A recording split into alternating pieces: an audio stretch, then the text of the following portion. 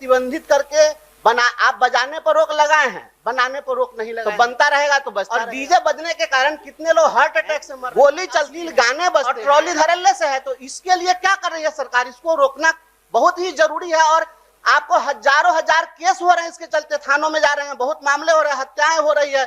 मैं चाहता हूँ इसमें स्पष्ट कुछ ना कुछ स्पष्ट किया जाए। मैं संजीव कुमार सिंह और आप देख रहे हैं संजीवनी बिहार। आज विधान परिषद के चालू सत्र में एक महत्वपूर्ण प्रश्न उठाकर बंशीधर ब्रजवासी जो कि एमएलसी हैं, उन्होंने एक महत्वपूर्ण प्रश्न उठाकर सरकार का घेराव किया।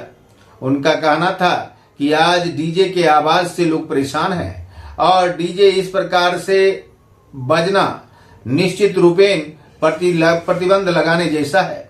उनका कहना था कि इससे हार्ट अटैक, हृदय की धड़कन का रुकना और इससे अश्लील गाने का बजना विवाद की जड़ है और ऐसे विवाद के जड़ वाले यंत्र को चालू करना अच्छी बात नहीं है।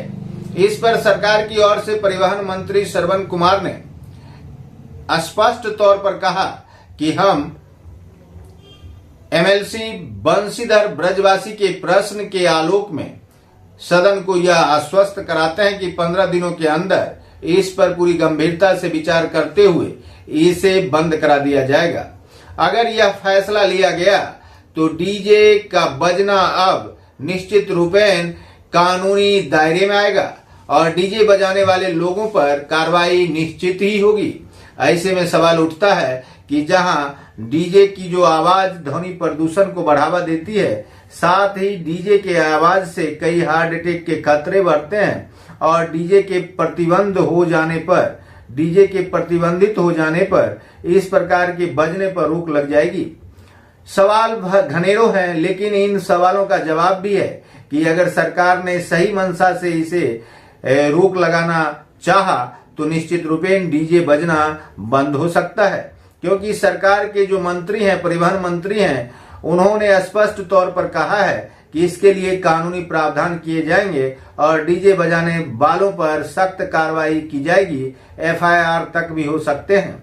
ऐसी स्थिति में अब आने वाले 15 दिनों के बाद डीजे बजना पूरी तरह से प्रतिबंधित होना तय माना जा रहा है। यदि ऐसा नहीं हुआ तो सदन की बात जो पूरे बिहार की जनता ने मंत्री के वचन को सुना है, श्रवण कुमार जो कि मंत्री हैं इस विभाग के, उनका यह वचन था। ब्रजवंशी के जो एमएलसी हैं, ब्रजवंशी को उन्होंने प्रश्न के उत्तर में कहा है कि 15 दिनों के अंदर इस पर स्पष्ट तौर पर लगाम लगाई जाएगी और इसे नहीं मानने वालों पर एफआईआर दर्ज कराई जाएगी। यदि ऐसा हुआ तो निश्चित रूपेण यह एक बदलाव का संकेत होगा। वैसे यह हो पाता है या नहीं, इस पर भी हम नजरें रखेंगे और इस प्रकार की खबरों पर एक बार फिर हम आपको याद करेंगे और आपके लिए इस प्रकार की खबर को लेकर उपस्थित होंगे। तब तक के लिए धन्यवाद।